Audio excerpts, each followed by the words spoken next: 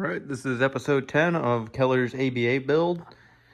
So today we are going to get I got the blow-off valve already installed, so that's installed. It just needed a snap ring. It's this part number right here. I just got it from Amazon. It was like 10 bucks to my door. We also got a new fuel pump because my fuel pump took a dump. And why not put a oil temperature gauge in?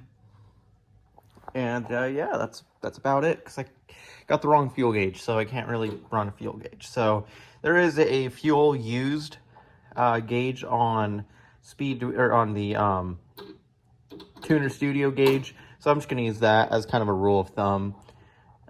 Just kind of fuel it pretty often, because it's a really weird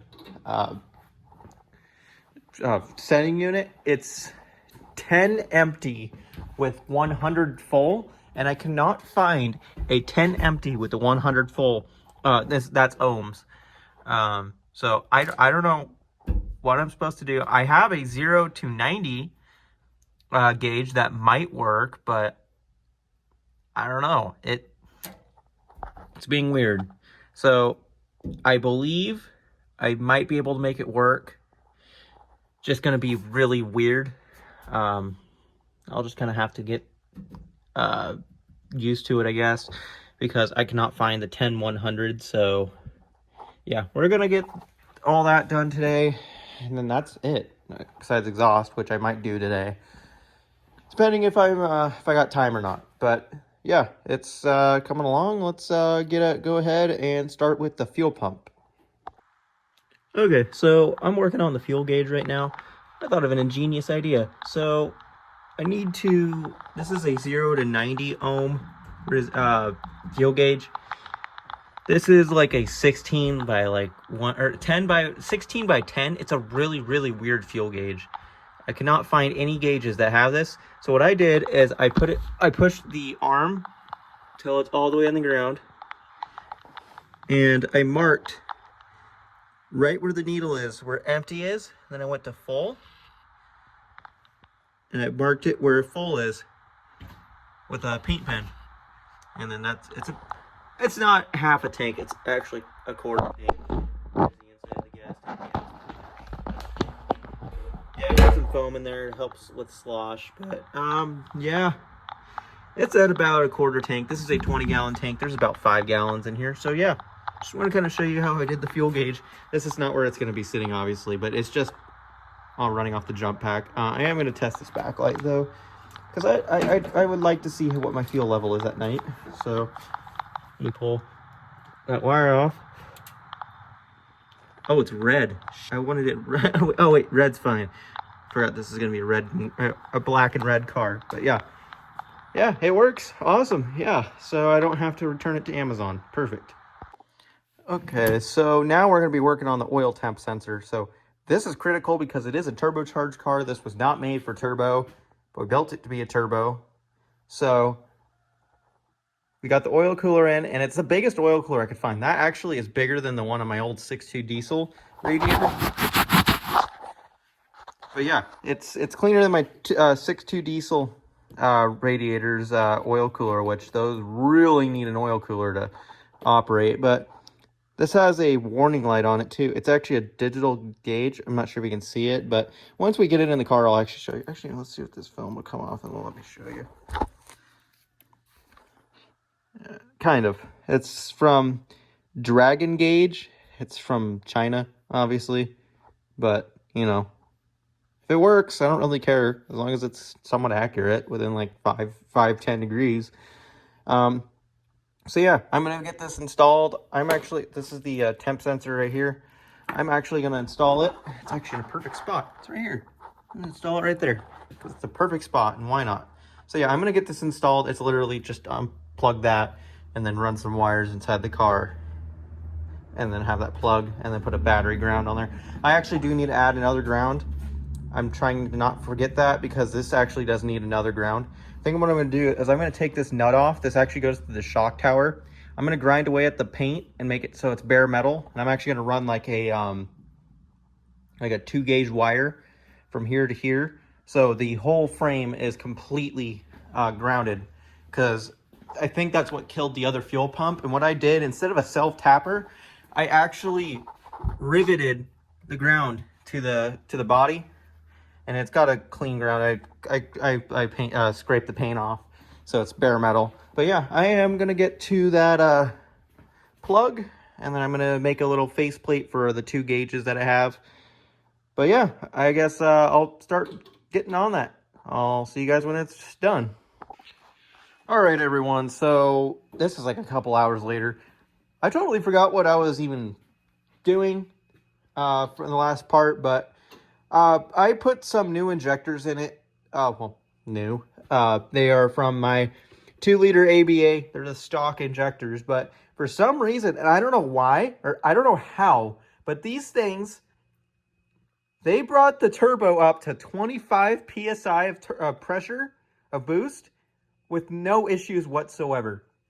I used launch control, which has anti-lag. It holds it at 4,000 RPM is what I have it set for right now. And it retards the timing, so it basically shoots like little explosions in the turbo to make it spool faster. Because, I mean, this isn't like a huge turbo, but it is definitely bigger than like a 1.8T. So I'm pretty sure we could probably get about 300 to 500 horsepower out of this.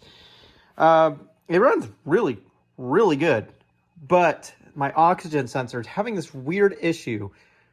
It goes lean. Like it says 19.7 or 16 or something like that. But then it'll come back and it'll like warm back, or it'll like, I don't know if it's the heater circuit and it's like it needs to warm back up. But at idle, it just does not like to idle. But anything like 2,000 RPM and higher, it's totally fine. So I don't understand why, but yeah, it's running pretty damn good. I actually am really happy. I got it up to rev limiter and stuff like that. You're not really supposed to do that with breaking in a motor. Yeah, I know there's going to be some keyboard warriors, but I mean, this thing is only going to have to last me like maybe max a year, because I am building a totally different one. We've explained this in a couple videos before, that we actually have another block. So I mean, if I do throw a rod, I mean, yeah, it's gonna suck, but it's probably not gonna throw a rod. It probably will break it, but this is another ABA block. This is also an OBD1, but we're gonna use this one because this needs not very much machining. It just needs a hone and a line hone, and we're gonna put forged I-beam rods. We got a whole nother 16 valve head just in case, like the timing belt breaks and I kiss a piston with a valve, and bust the head, because these are actually pretty hard to find. We picked that up for 75 bucks at Pick and Pull, if I remember right, out of a Scirocco, which we should have pulled the brake caliper brackets, because then we could do the 10-inch brakes. But I'm going to probably do Corrados. But yeah, here's the pistons and rods. I believe is from that motor or the other motor that we put in. We just put in the better of the two, because these are pretty high mileage. You can see by the skirts. They're not the best, but we got tons of parts. Tons of it. Even a whole new crankshaft. Well, new. It's actually in pretty good condition, but yeah, it is really close to done. Really, really close to done. I think what I'm going to do, the last thing we have to do is the exhaust. I want to get the exhaust done. It's going to be a 3-inch downpipe and 3-inch pipe straight, and then it's going to come into a like a 3-inch to 2.5-inch adapter, which is actually right there. And then it's going to have, this came actually off my car. That's a Flowmaster muffler. It's a 2.5-inch exhaust all the way through. So yeah, it'll work. It's only going to be temporary until I push more power, and it's going to be good restriction. Then I'll do 3-inch exhaust, straight pipe. But yeah, it is running really, really, really good. I think what I'm going to do is I'm going to throw the exhaust on, because why not? Oh yeah, and I got the fuel gauge and stuff like that, and the oil temp gauge. They're right there. Everything's all done. But yeah, it is actually running pretty good.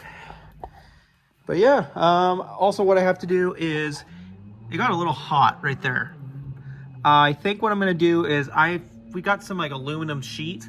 I think what I'm gonna do is I'm gonna put like aluminum all along here. And it's gonna stop about right here because it got about hot to about right here. So that's about as far as I'm gonna need to go. But yeah, it is really close to done. I am really happy with this, how it's been turning out. But I also, oh yeah, forgot, I should probably say this. I had to relocate my intake air temperature sensor to right here with some 5-minute epoxy, which, oh, it almost comes out. Well, yeah, it's not coming out. But yeah, it's I threaded it in there. It's an interference fit. It's threaded in there. And then I put the epoxy like under it and on the threads. So, I mean, it's not going to come off with, 10 PSI of boost is what I'm running right now. But yeah, I just want to let you know, guys, see this and see how far I've gotten. And I'm actually really happy with this. It's pretty good. Sounds amazing. I mean, I would leave it straight piped, but Oregon has some really, really stringent state troopers. I drove open headers through Malala, got pulled over, and they gave me a fix-it ticket. I fixed it, just put some cheap cherry bomb mufflers on it. And then they did the sound test and everything. I'm emissions exempt, so I don't have to worry about a catalytic converter or anything like that. Plus, this is a diesel. It's registered as a diesel. This is totally a diesel. It's not like this has, like, way more power than diesel could ever have. It was a 1.6 diesel. But, yeah, I'm just chasing that one electrical issue, and that's about it. The launch control works, which sounds amazing. I wish I got a clip of it because, oh my god, it wasn't like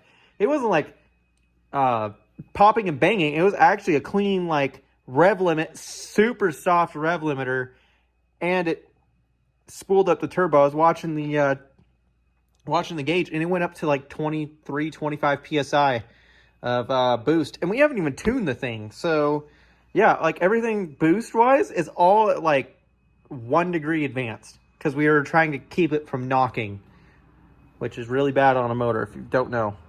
But yeah, I am definitely gonna get that exhaust done, and then I'm gonna try and fix that oil cooler. It's gonna be sitting there. It's temporary, gonna be right there. Yeah, I guess we'll get to putting the exhaust on.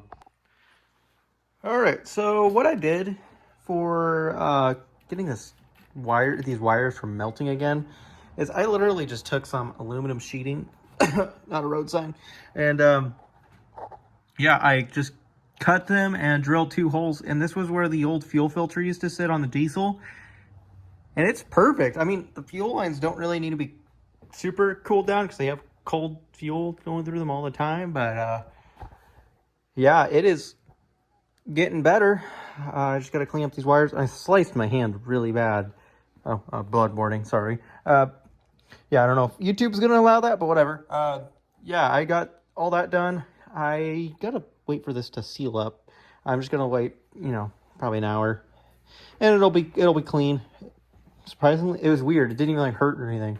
I just saw the whole thing. I got caught in the drill press. The drill bit caught a cockeye, sucked it up and spun it around. And my hand was in the way, and I got sliced pretty good. But yeah, it's getting close. I just put that on there. And if it still like melts wires, I am gonna put a header wrap on that if it does that. But it's like $70 for a good header wrap. And I would like to not take this whole downpipe back off because that wastegate was a big pain in the butt to put back on. So yeah, it's warmed up. I want to take it for a drive, but I want to put the exhaust on. And the oxygen sensor is acting a little funny. I think I might need to just add a ground to battery and see if that does anything. But yeah, I'm gonna put the exhaust on now. And we'll do a before and after clip of me running the engine before the exhaust, and then after I put the muffler on. So yeah, we'll get going on that, and yeah, I'll see you guys in a couple minutes.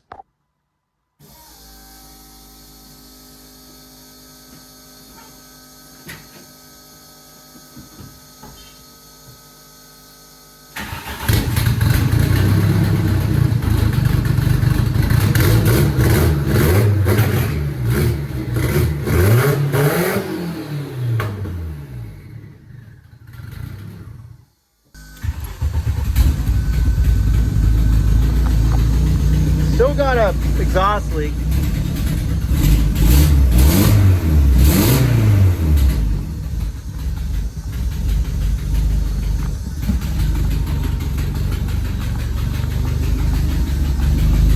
But not bad.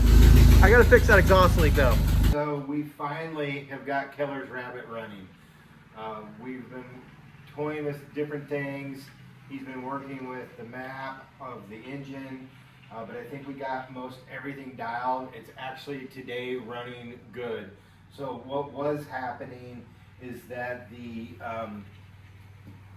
pipes, the boost pipes, were popping off. So these clamps were popping off under high boost, and it kept happening over and over. And then me and Keller watched a video. Let me go grab the little roller tool. Yeah, it's a really ingenious design, kind of. Yeah, we'll make a little shorty video of it. So, this is a homemade bead roller. Keller saw on a guy on YouTube. We should probably put a link to his video. Yep. Okay, so here's the factory bead. So what was happening is that the hoses that were clamped on here were just sliding right off of this. Let me give you a better one. Here. And yeah, there we go. So some of these had to be custom cut. So they were cut, and then the hoses were going over it, and there was so much boost that it was just sliding it right off of here. So here's the factory bead, and what we ended up doing, this one's not complete, but we ended up watching a video where a guy made a tool, and this is what it looks like. So basically what you do is, actually I'll take a piece like that. What we're going to do is, look it up close. Yeah, if you guys can see this. So this is a vice grip. This is grinded down. Here's a little stop right where my fingernail's at. So every time you put the tube in, it stops. If you guys can see that, it stops. And then this comes down and it starts to create the bead. So what I'll do is I'll show you how this works. And you just push down on that, and then you just end up moving this a little bit, and then a little bit more, and then a little bit more. I'll do it one more time. And what it does is it creates its own bead. And since we've done this, they have not popped off. So it worked. We were gonna go to a race shop and have this done. The tool is, how much was the tool? Like $300. $300. So we were able to make this tool. So make sure you link the video showing how to build that. But yeah, make your own bead tool for your own coolant pipes. So just wanted to show that real quick. So back to the car. All right, where did your last video legs off, Keller? It was at fixing the exhaust manifold, or the manifold leak. Okay. So what Keller did temporarily put the, was it 2.5 inch exhaust? Yep. 2.5 inch exhaust off the ABA. So from the downpipe that we built here, down at the bottom where the O2 sensor is, he just tapped into the 2.5. So hopefully maybe by next week or the week after, we'll do a video showing how we do the actual 3-inch exhaust all the way to the back. It's hitting in a few spots. It's not hanging like it's supposed to. It was just kind of a temporary fix to get this going. So we'll be working on that. Got all the charge pipes done. Did this here. This kept popping off. There is a internal clip inside here that holds this on. We had problems with that. Did we do any videos on the clip? No. We didn't.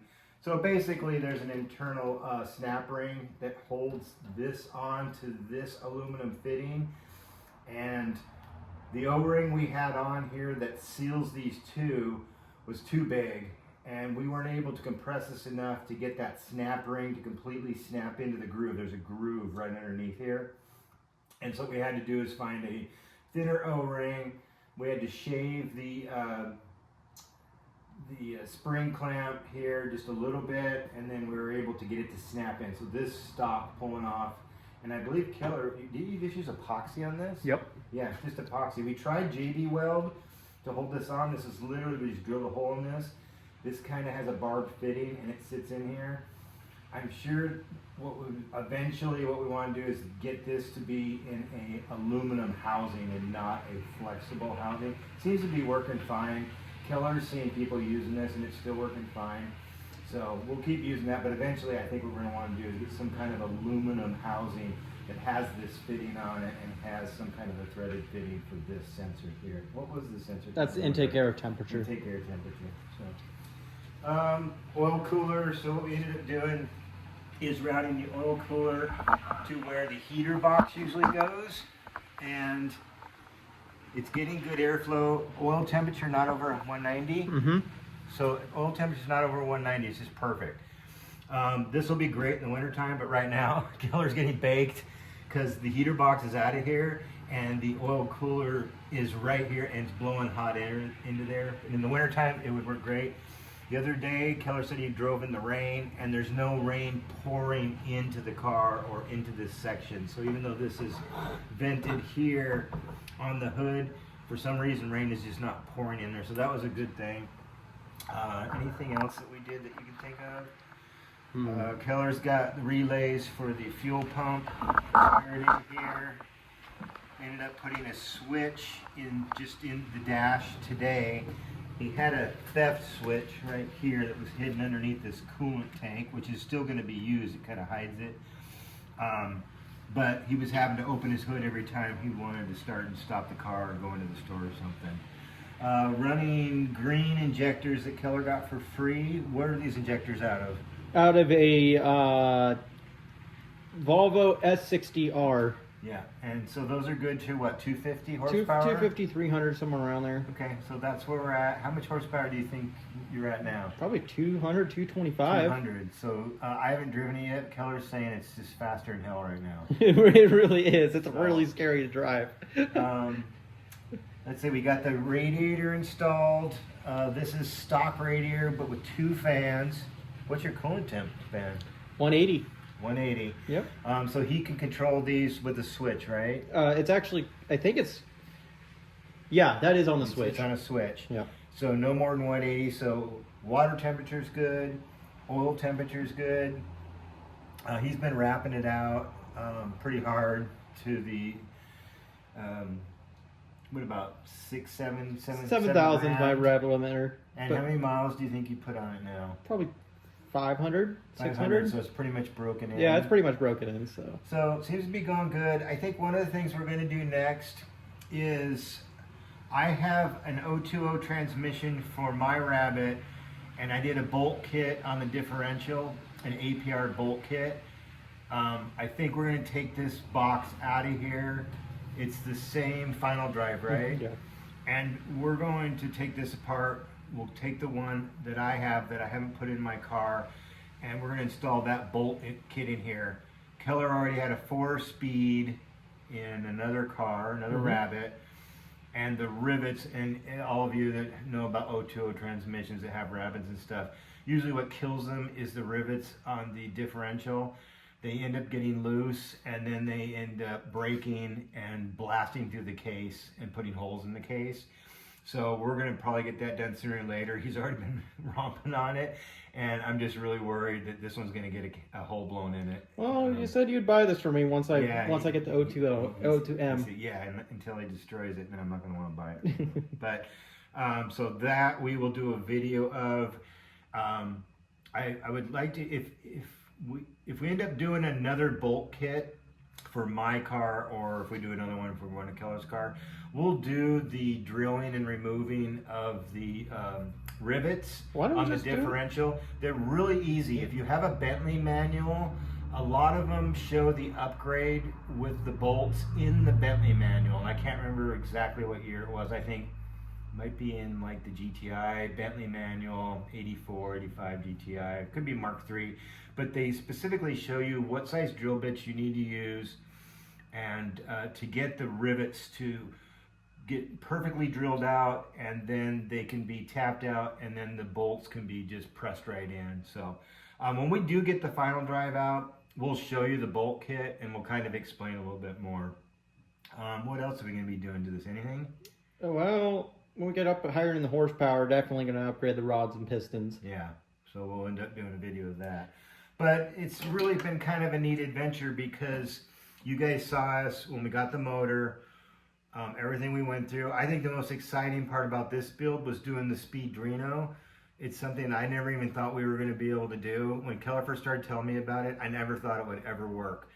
And seeing people on YouTube and then watching the process here, doing it on this car, watching Keller do it, it's pretty darn neat that you can build your own ECU. I think that's like the most exciting part of this build. And then to be able to get on the laptop and tune it, look at live data from your runs. So Keller's been going on runs and then coming back and then looking at live data. So he can see when the turbocharger is building boost, when it's kicking off. So there's still a couple things that are happening where the boost is just like dying. Because it's just it's sensing a certain amount of boost. It's boost cut. Yes, it's boost cut. So the Speedrino is cutting like spark and timing and fuel. And it's just going all of a sudden from max boost to dead. So we're trying to fine tune that to where can Keller go at what boost. What boost have you been hitting? Well, boost cut's set at 250 kPa, which is about 35 psi, but I haven't hit that. It seems like it hits boost cut, but when I look at the logs, it's at 21. Sure. So 35 psi is like insane. Yeah. I don't think that's a good number to be hitting, but Keller's having a blast. Well, that's like a last resort. Tearing through it. So he'll keep messing with that. We'll keep doing some more videos on how he tuned it. He's working with a tuner. Do you know the gentleman's name? Yeah, his name is Colin. Colin, and he's here in Oregon? Yeah, he's in Beaverton. Okay. Can you get a link to, would Colin want you to put a link to his stuff? I don't know. We'll talk to Colin, and if he's okay with us adding any kind of link to his information or to contact him, we'll do that. But we got to contact him first. But he's been helping Keller fine tune this thing. Did he ever come out and actually work with you yet? Not yet. He just kind of got it okay-ish. It's not 100%, but it's not knocking. It's not spark knocking. Sure. So one thing with the Speedrino, it does not come with knock sensor support, and I was really concerned about that. I would still like to try to run some kind of knock sensor, but what Keller was explaining to me is that the factory tunes their own knock sensors, and it is extremely difficult to match anything like that, because the Speedrino, it doesn't even have the ability to do knock sensor, right? It doesn't have enough. It doesn't have enough computing power. It doesn't. So I don't know if that's something we can add. We're going to have to do more research, talk to some people.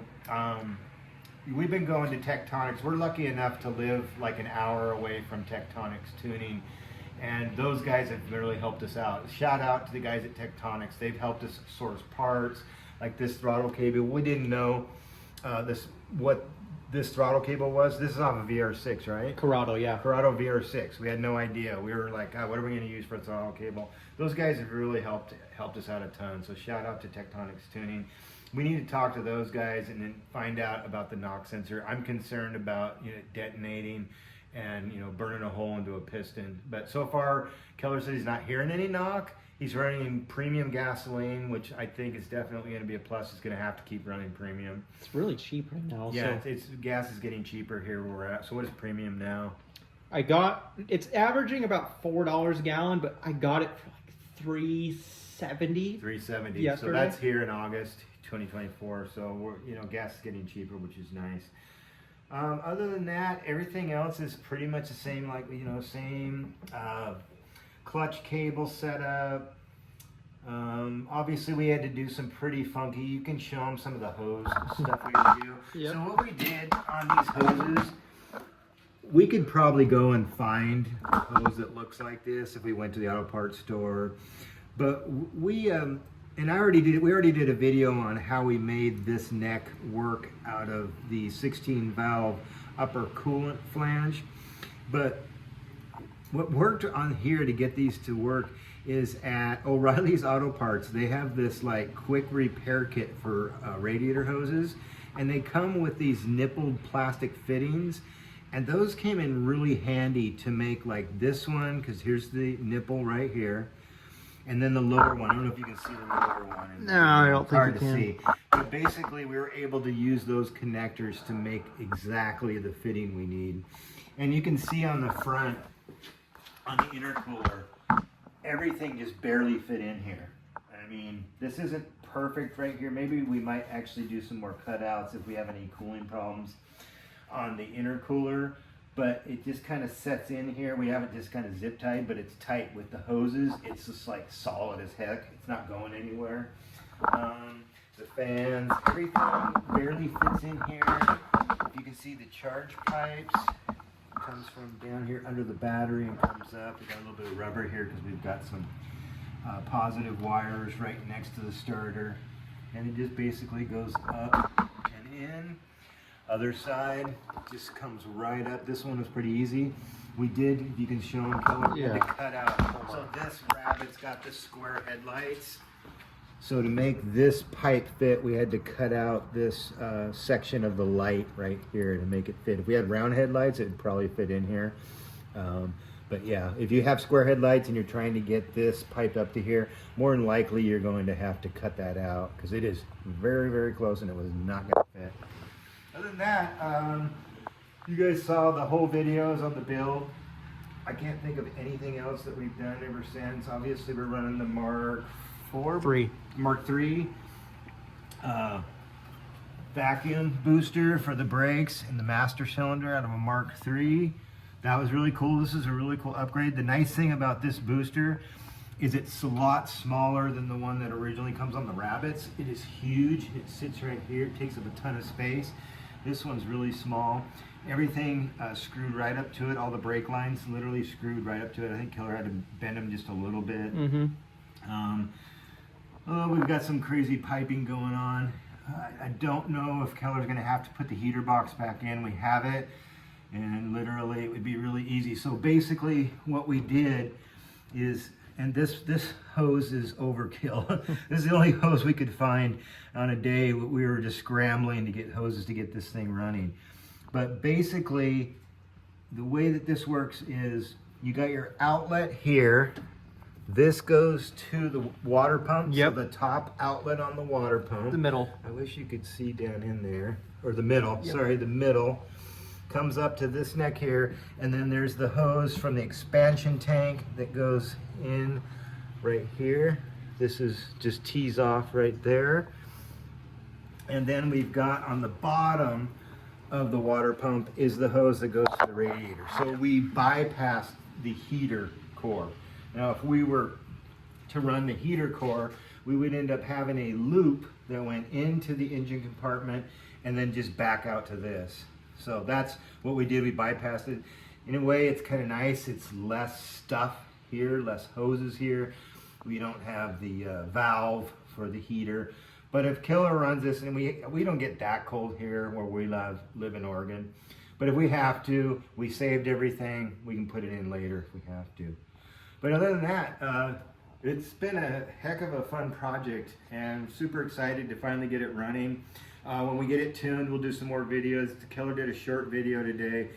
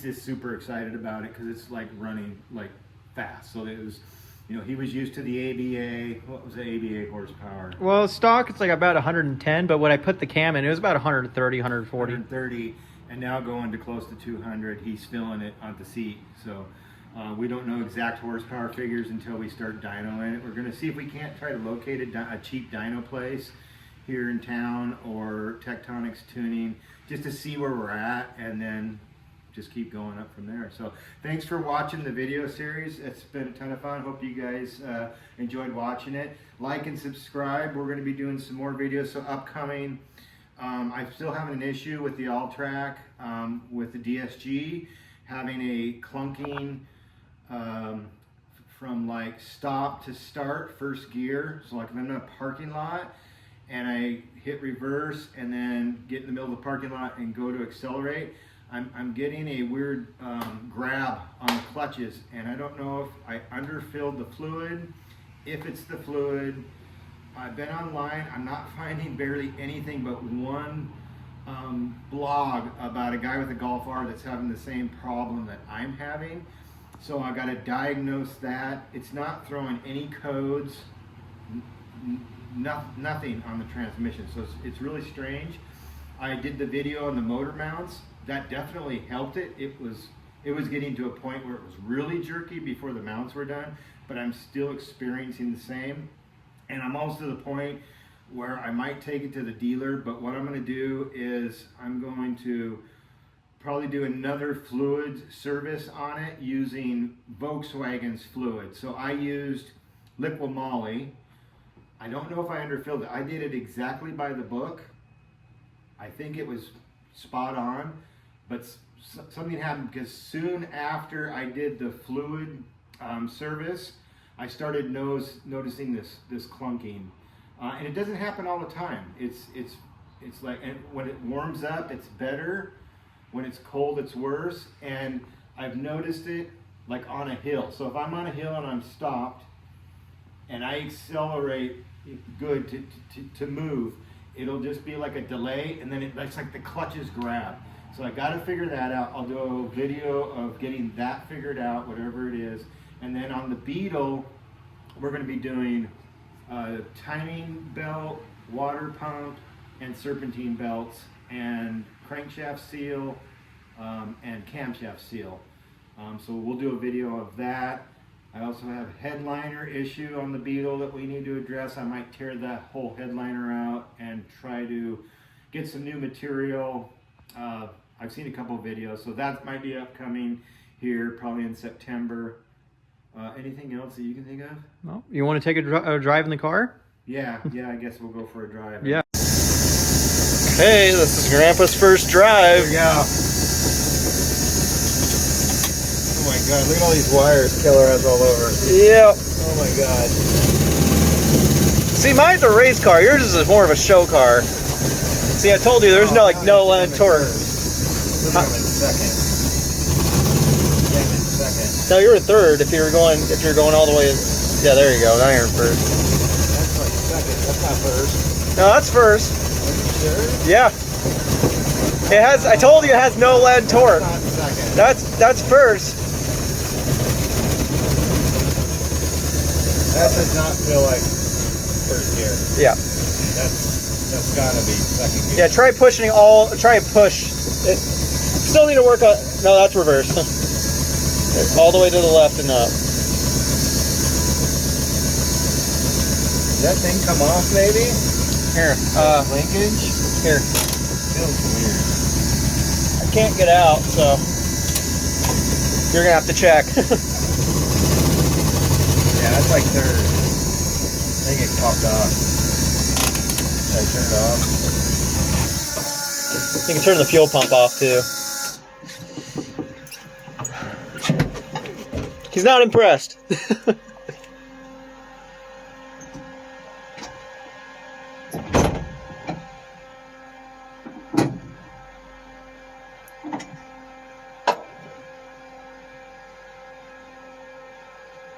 That's weird.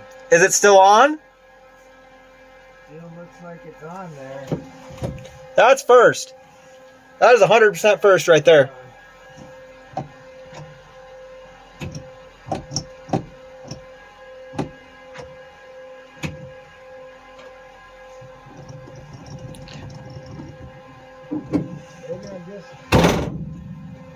I told you this thing has like no low end torque.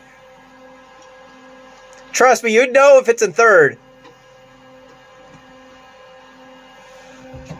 It just doesn't feel like it's getting into first. Oh, trust me, that's third. That's first. Third is like chug, chug, chug, chug. Okay. Yep. Feels strange, but Yeah. maybe it's just I'm not used to it. Hey, back. Yep.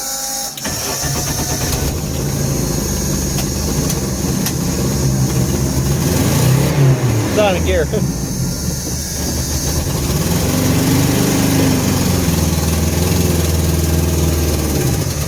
Oh, that is not first. Go in second. Second. Let's me go in a second. There we go.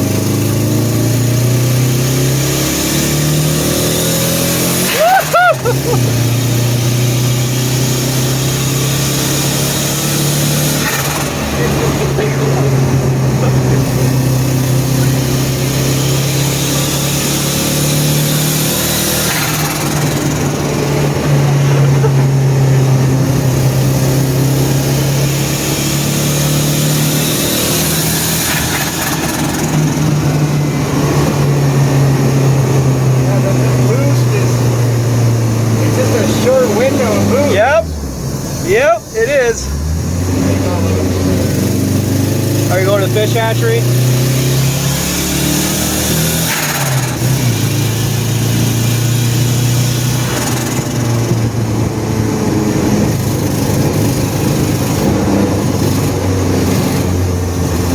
We gotta get you a better steering rack. Yeah. Well, it still needs the alignment done.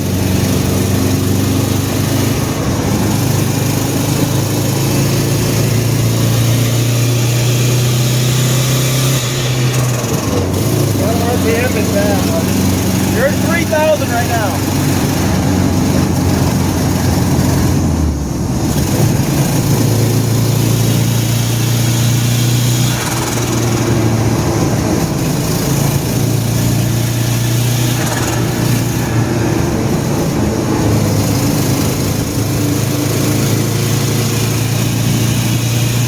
Press your foot on the clutch with the gas.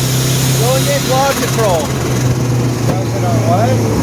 When you're ready to build some boost, press your foot all the way down on the clutch and give it all the gas. All the way down to the clutch? Yeah, it's the clutch. It's where the clutch switch is at.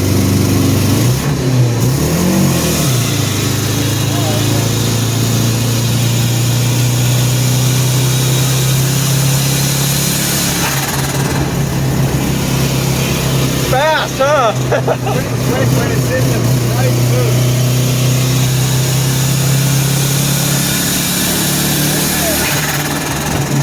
17 psi. We're halfway there.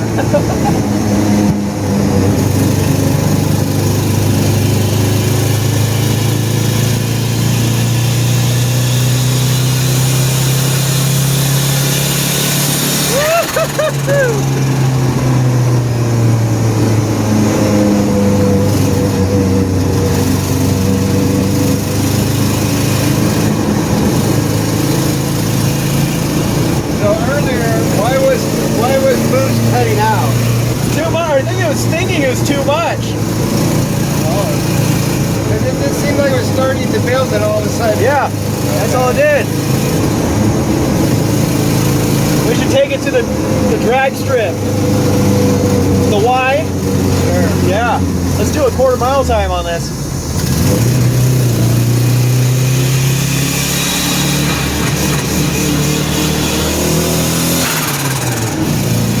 Another reason why you're not getting very much boost is because you're not flooring it. Sure.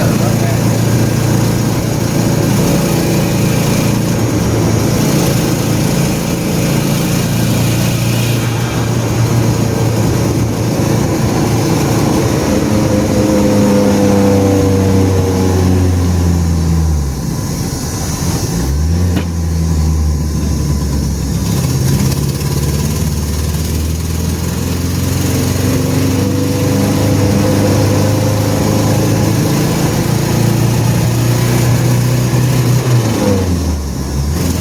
This thing has like no low end torque. It hates cruising. It really hates it. Yeah, it's like Well, it's because you're kind of, it was on boost and it was shaking.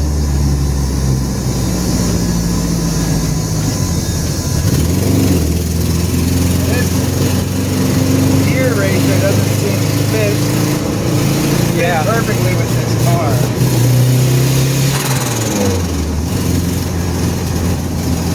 Yeah, it would be good in stop and go traffic. Yeah.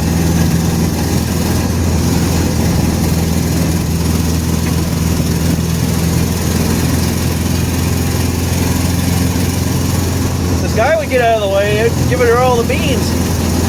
There's a church up there. I might turn around. Okay. You hear that? That's what I'm kind of worried about. The rivets kind of touching the case is what I'm thinking. Can't tell if that's the exhaust rubbing or not.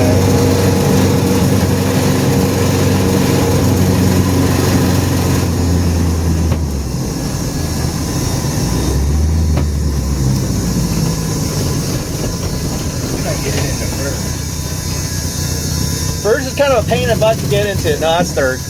Try pushing way up. We need to Fix that. There you go. Now you're in first. okay. We need to, You want to give it a launch control launch? yeah.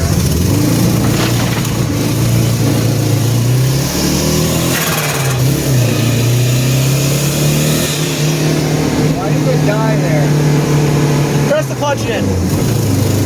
I think it's the clutch switch sticking. My wife is disabled now. I did. That's what I saved. It's pretty fast, huh? That's when it gets up in that spot. Yeah, it's pretty fast. That's fun. Now imagine it with cams. Some upgraded cams. Man, this thing would fly.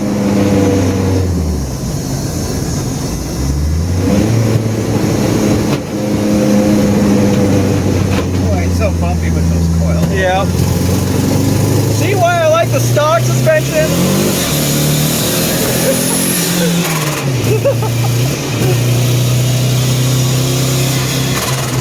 If you really wanted to build boost, you got to give it like 3 seconds of clutch in. So clutch in. Clutch in, foot your to the floor for like 3 seconds, and let off the clutch real quick.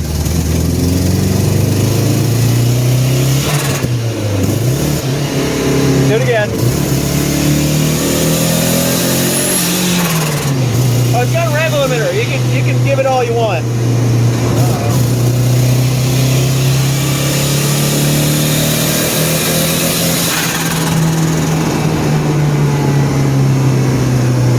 Some of those switches, I don't know if I like that or not. What? Having to press the clutch in to get it to build boost. Oh, that's launch control and anti-lag. It doesn't have rolling anti-lag in it.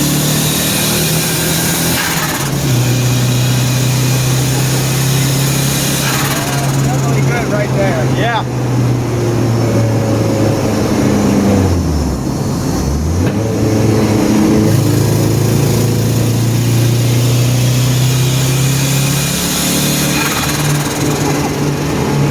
It is louder than shit. It is. It's handling pretty good with the new tires. Yeah, I know, right?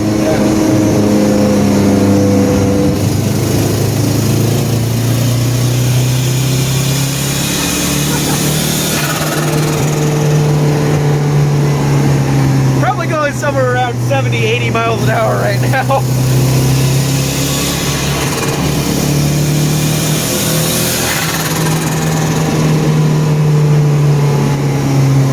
Once we get out of the curves, bring it all the way up to rev limiter.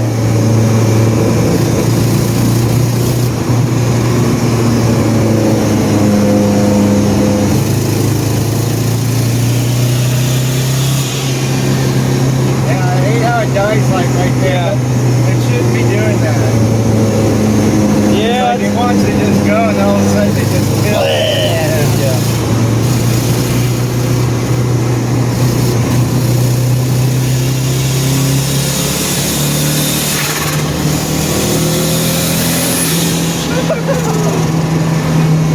It handles really good. When this thing gets tuned good, it's gonna be It's gonna be scary. I think we need to add a roll cage in this thing. That ain't be a good idea.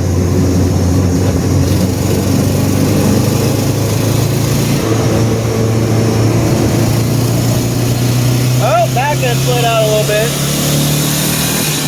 Keep going. You got 5. You're at 5. Oh, press your foot on the clutch.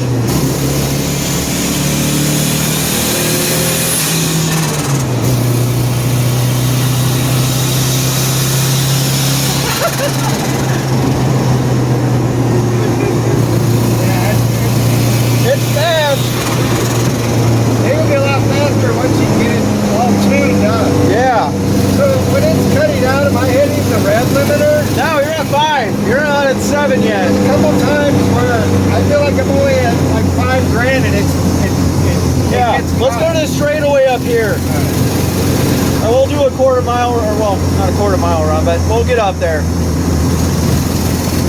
But yeah, just try and bring it. Let me check something.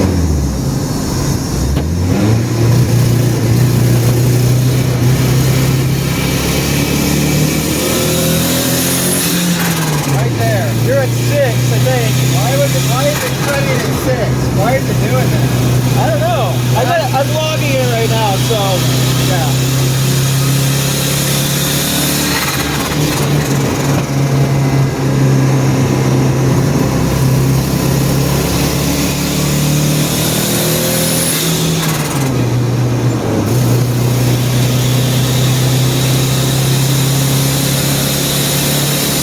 Oh my god! Yeah, you're only at 5.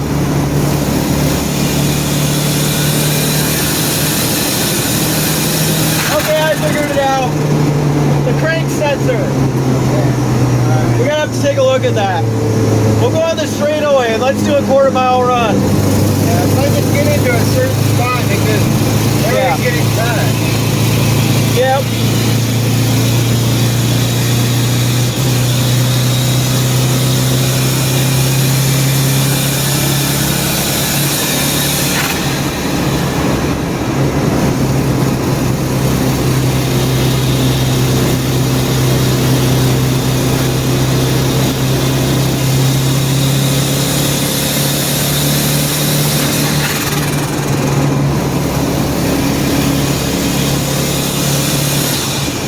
Right there. Yep. And it just nothing. Then it comes back. Yeah. I mean, like brake sensor's doing a weird intermittent I don't know. thing or something. Yeah, we'll go to this. Yeah, we'll go to this straightaway. I'll just turn around. Okay. Hold on, let me save this log. Give me 1 second before you launch. Hold on. Stop. Okay, we're gonna do another log. Bring it out straight.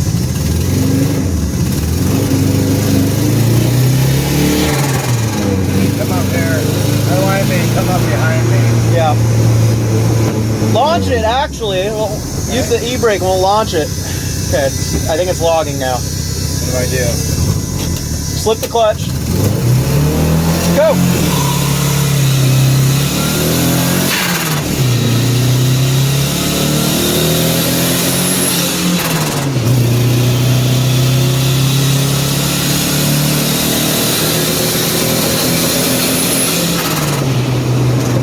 Man, I keep killing it. At the wrong time. Yeah. It'd be so much faster. It if would. wasn't killing the engine.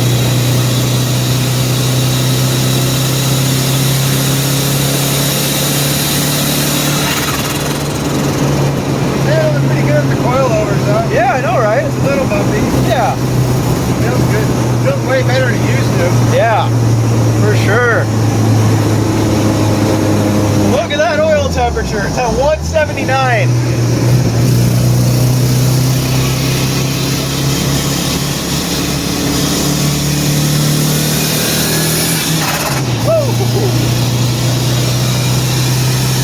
Don't let off the gas when you're shifting. It just died. Oh, That's not a weird thing.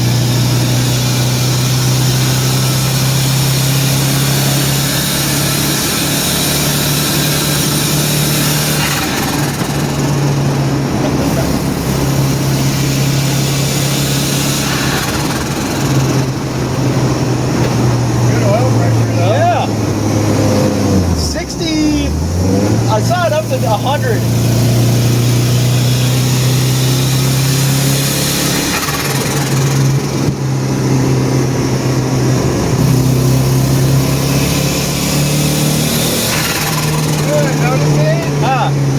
Less throttle seems to be, it's running faster, less throttle. Weird. Yeah, we gotta fix that crank sensor.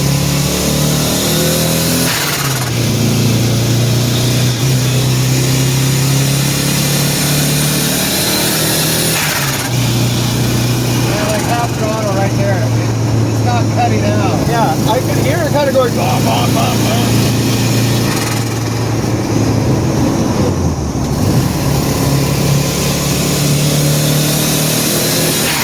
Yeah, you hear it?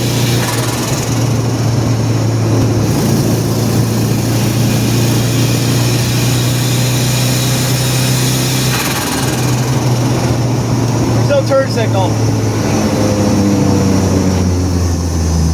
Is it blinking at all? Do you have to do it manually? Doesn't even work at all. Oh, you didn't get that fast. Yeah, I know, right? Been using or hand signals and no cops get me into trouble about it. Second, go to second.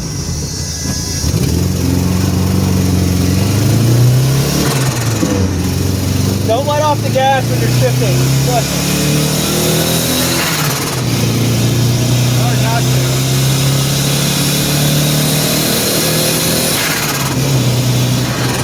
Yeah, half throttle's keeping it from cut down. Yeah. Gaining more power. I think what we need to do is fix that crank sensor and see if that does anything. Alright, let's pull it in and we'll do that.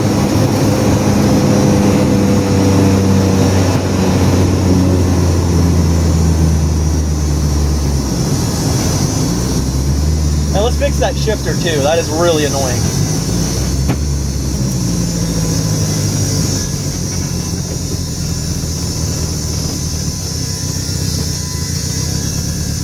You have to like kind of ram it into first. It's not. There we go. The lever needs to be adjusted more. Yep. Bring it over. See, I told you there's no low end torque. It does that. Instead it has low compression. Holy crap, that is fast. And look at that, 179 after he's just been beating on it. Saw it go up to 20 and then he let off the gas.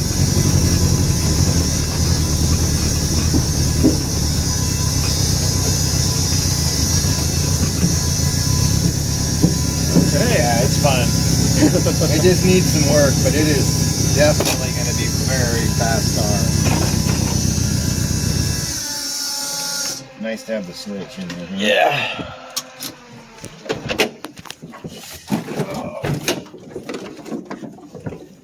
Okay. So, what is your first impression? It's quick. We just have some weird dead spots. You guys might have seen it in the video where I'm full throttle and it seems like it's hitting like $5 grand and then it just dumps. It just goes. It's gone. Right when it's ready to just explode even farther. But half throttle from gear to gear, it's just got a super good power band. I mean, and what was our boost? What was the max boost we got? Like I think 20? we hit 20. So we're not even hitting boost cut. So it was when it's cutting out, whatever's cutting it out. Keller thinks it's the crank position sensor. Whatever cutting it out is right at the point where it's just about ready to just explode and max power. But I can tell it's quick. It's definitely gonna be quick. It is weird to drive because there's no low end torque. It's a big turbocharger, and it's just kind of just dogged until like $3 grand. But then all of a sudden you can just and you can hear the turbo spooling up. So yeah, this is a ton of fun. This thing's gonna be so much fun. Yeah, I guess we'll just have to fix the shifter and the crank position sensor. I think that's all we have to really do. I was shaking. I'm shaking. It's scary fast. Yeah, because that's the thing. When it's really building the boost, is you're already in the gears, so like third gear, you know, it's like 70 and it wants to go to 90, and it was cutting, and then I was having to shift into fourth and then wait for the boost to build. So if we can get that where it's cutting off at like $5,000, for that to go all the way eventually to 7-8 grand, then shifting into fourth, and then still having enough pressure and enough boost from third to fourth, then it's gonna be that much better. So it's cutting whatever's is. It just literally, like, the pedal feels like all of a sudden the engine is dead, like the engine shut off is what it feels like. So we'll tweak it, we'll get it going, and then we'll keep making some videos. Let's just hang on. I'm just curious how hot that turbo is. It's gray.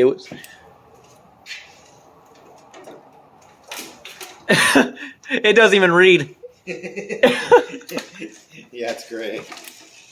How high does this go? I don't know. To 500 degrees. So yeah, it's over 500. degrees.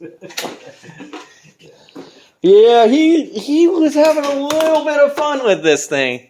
It's really fun, isn't it? But oil pressure, oil temperature, coolant temperature, we're good. This thing's ready to romp if we can just sort it out. But we're going to sort it out, and when we do, we'll do some really good videos. And actually, there's a track that Keller wants to go run at. Hopefully, if they don't close for the season, we can get out there and he can run some laps, and we can get a couple cameras set up in the car, and I can get one on the outside filming Keller driving. Should take your rabbit too. Yeah, maybe take Film that. So thanks again. Like and subscribe. Appreciate it.